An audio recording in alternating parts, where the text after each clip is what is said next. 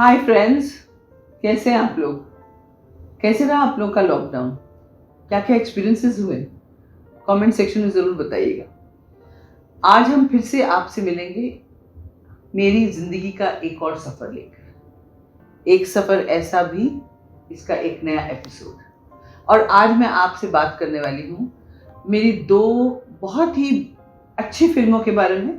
वैसे तो सारी फिल्में अच्छी होती है, लेकिन स्पेशली बिकॉज ये फिल्म राकेश रोशन जी ने बनाई। ये दोनों फिल्म, उनके नाम है किंग अंकल और Koyla. So I want to tell you a story about Koyla. King Uncle में तो मेरा छोटा सा रोल था और उसमें मैं जैकी श्रॉफ की माँ बनी थी, वो फ्लैशबैक में दिखाते हैं। और वो मेरा पहला एक्सपीरियंस था राकेश जी के साथ काम करने का। And it was fantastic working with him. बहुत ही मज़ा आया। और मैं आपको खास बात ये बताना चाहती हूँ कि उस किंग अंकल में ऋतिक रोशन, जो आज ऋतिक रोशन है, वो अपने फादर को असिस्ट कर रहे थे और उनको सब डुगू डुगू बोलते थे। बहुत ही क्यूट, दुबला पतला, हल्की आंखों वाला, और थोड़े से उसके बाल भी थोड़े से ब्राउनिश ब्लैक थे, मतलब like blondish black rather. And बहुत ही like polite and well behaved boy.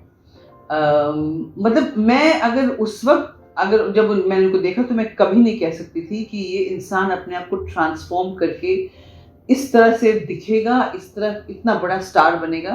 He is worked very hard. दुबला पतला था, कोई बॉडी मसल वगैरह नहीं, लंबे थे। और मुझे याद है कि हमको जब शॉट के लिए बुलाने आते थे तो ही वुड नॉक हमारे मेरे मेकअप रूम के बाहर, मैम शॉट इज़ रेडी। तो एक्टर्स तो पता है ना, मेकअप करते रहते हैं या जो भी, तो मैं बोलती हाँ मैं आ रही हूँ। तो वो बाहर ही खड़े रहते थे। तो मैंने एक बार उनको बोला कि भैया बाहर क्यों खड़े रहते हैं, आप अंदर आइए ना। अंदर आके बैठे, क्योंकि हम लोग के मेकअप रूम एसी रूम्स होते थे उस टाइम, वैन्स वगैरह नहीं होते थे। तो no ma'am, sir will get angry. Sir कौन? सर उनके फादर। और वो ऐसा भागदौड़ करते थे पूरे सेट पर, कभी बाहर ही खड़े रहते थे पसीने पसीने में। और जब तक मैं उनको कभी कभी ये भी बोलती थी कि आप सेट पे जाइए, बोलिए मैं आ रही हूँ। पूरे नहीं मैम, फिर सर मुझे वापस आपके पास भेजेंगे तो मैं आपको लेके ही चलूँगा। So this is how Hrithik Roshan used to be before he became a star. He was so humble. मुझे तो लगता है आज भी वो बहुत हम्बल और सिंपल है। अब बात करूँगी मैं अपने one of my favourite directors Rakesh Roshan ji के बारे में। Rakesh Roshan ji, as we all know, उन्होंने काफ़ी सारी फिल्में as a producer, as a director बनाए। पहले एक्टर भी रह चुके हैं। एंड मेरे हिसाब से was a very sensitive actor. And आप लोगों को शायद पता नहीं होगा कि as an actor he used to wear a wig. And मुझे लगता है कि ऐसा उन्होंने कहा एक बार हम सबसे कि जिस दिन उन्होंने वो विग उतार के फेंका कि बस बहुत हो गया, अब मैं ये विग के साथ नहीं जी सकता हूँ, उस दिन से ही सेज कि उनकी ज़िंदगी का एक पुनर्जन्म, नया जन्म हो रहा था। सो यू नो कि उन्होंने बहुत सक्सेसफुल फिल्में भी बनाई, बहुत सारी। तो उनमें से एक ऐसी फिल्म थी कोयला। जब हमको कोयला के लिए बुलाया गया, तो मैं आपको, जैसे आपको मैंने बताया कि हम पहली फिल्मों में मुझे 11,000 21,000 इस तरह की पेमेंट मिलती थी as a heroine, and as a character actors 15,000, something like that. उस टाइम ये सब करोड़ों में कोई खेलता नहीं था, लाख तक भी पहुंचना बहुत मुश्किल था। सो राकेश जी ने मुझे बुलाया और मैं गई उनसे मिलने के लिए हेलीपैड पर।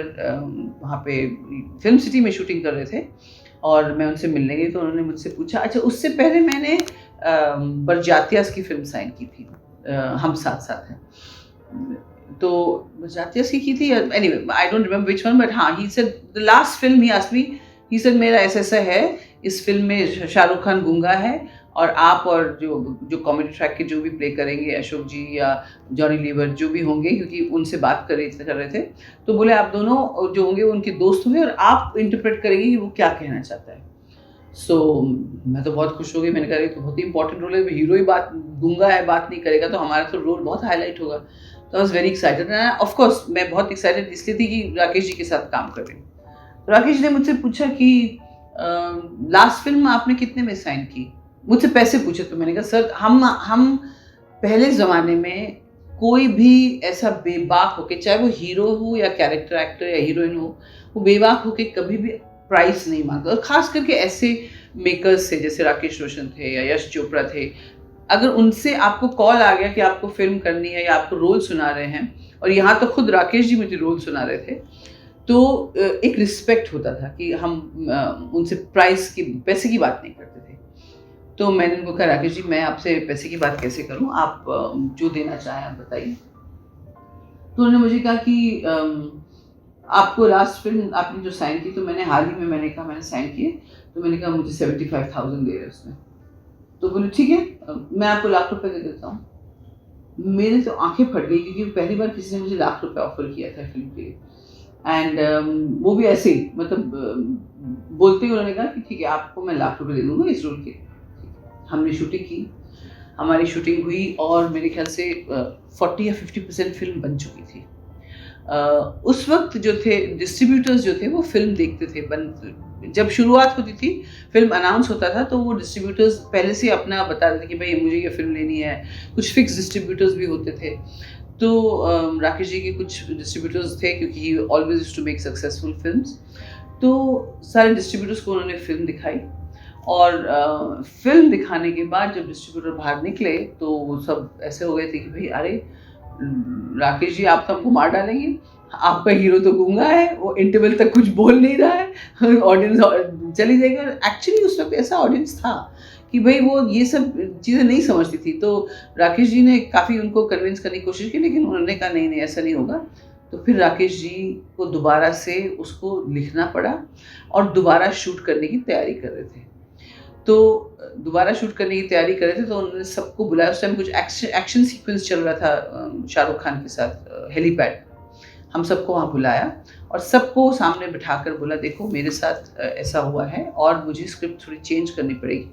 And the distributors are not agreeing to Shahrukh being गूंगा, तो आधी फिल्म तो गूंगा रहेगा वो।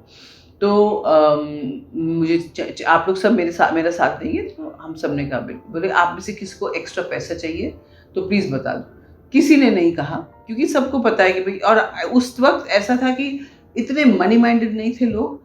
मैं ये नहीं कह रही हूँ कि आज के ज़माने में गलत है, लेकिन उस वक्त कुछ अलग ही माहौल था फिल्म इंडस्ट्री का।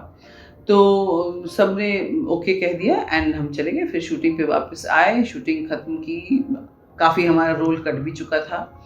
और फिर मैंने डबिंग की और फिल्म रिलीज़ होने से पहले कुछ पैसे बकाए थे, लेकिन मैंने फ़ोन नहीं किया, क्योंकि मेरी आदत नहीं है वो। वैसे पहले से मैं किसी प्रोड्यूसर को फ़ोन नहीं करती, क्योंकि मुझे एहसास है कि एक प्रोड्यूसर जब फिल्म रिलीज़ करने पर आता है ना, जब करने का वक्त आता है, तो उसकी एक एक कौड़ी, एक एक सिक्का, मतलब कभी कभी घर भी गिरवी रखना पड़ता है। तो मैं बहुत कॉन्शियस हूँ कि मैं उस वक्त या तो पहले जो पैसे दे दिए, बाद में मतलब मैं कभी फ़ोन नहीं कर। हो सकता है कभी सेक्रेटरी से मैंने एक आध बार कॉल करवा दिया, लेकिन राकेश जी को मैंने फ़ोन नहीं किया। उन दिनों में मैं अपने बॉयफ्रेंड के घर में थी एंड सडनली मुझे घंटी बजी और बोले अरे मैडम आपके घर से मैं आपको ढूंढता ढूंढता यहाँ आया हूँ, और फिल्म परसों रिलीज़ है कोयला, और राकेश जी ने आपके लिए पैकेट भेजा है।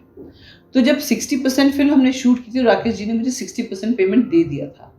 तो बाकी जो 40,000 बचे थे, राकेश जी ने एक पैकेट में कैश 40,000 अपने जो क्या कहते हैं, जो प्रोडक्शन मैनेजर हैं उनके साथ मुझे ढूंढते हुए आया मुझे देने के लिए। इस तरह का लेवल होता था कैरेक्टर का लोगों का। एंड कोयला करते वक्त बहुत ही मज़ा आया, बिकॉज एक तो उसमें माधुरी दीक्षित, शाहरुख खान और बहुत सारी दीपशिखा भी थी, और मेरे साथ जो मेरे को एक्टर्स थे जो बहुत मतलब सब मंजे हुए कलाकार थे। एंड ऑफकोर्स आजकल मैं वो उसकी तस्वीर देखती हूँ तो मैं इतनी दुबली पतली थी, अब मुझे लगता है कि मैं कब ऐसे हो पाऊँगी। खैर लॉकडाउन में थोड़ा सा वजन तो कम हो गया होगा, आप लोगों ने नोटिस किया। तो so it was good fun and आज भी मुझे वो बात याद है।